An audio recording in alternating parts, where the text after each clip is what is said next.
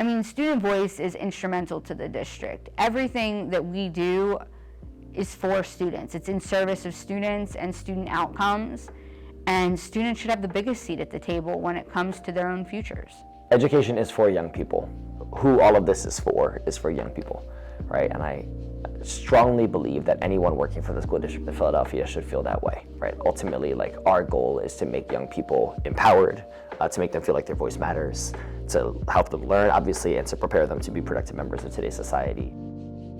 I really believe bringing our students together, not only to hear and learn from each other, but also to educate our district leadership on what's important to students. So those were, I think, really wonderful learning opportunities for adults to hear directly from students.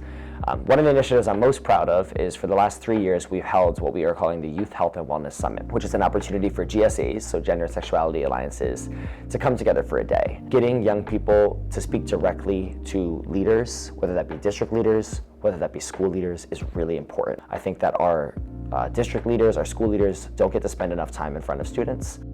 It's very challenging because they're spread out so far across the city. They have transportation limitations.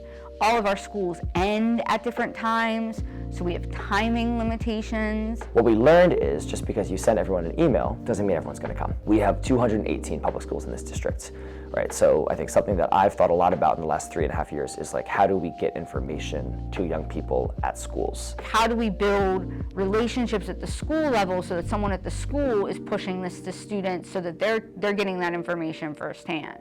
In my role, both previously and currently, I do a lot of adult-facing professional development and coaching. And of course, we hear from our adults of, like, what student needs are. And I also think it is different when you hear directly from students themselves. Policy 252 was passed because of student advocacy. And when we think about, like, how that process started, it's because a group of LGBTQ young people came together and said, there are specific things that need to change in terms of my student experience. And I know I'm not the only person experiencing these things.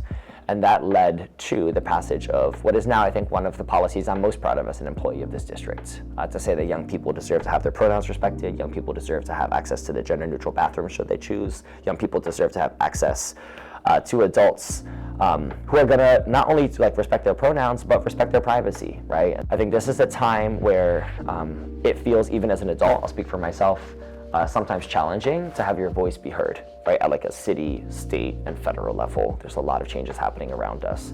I think school is a really great opportunity to be a space where people's voices are heard, but we have to believe young people for that to happen.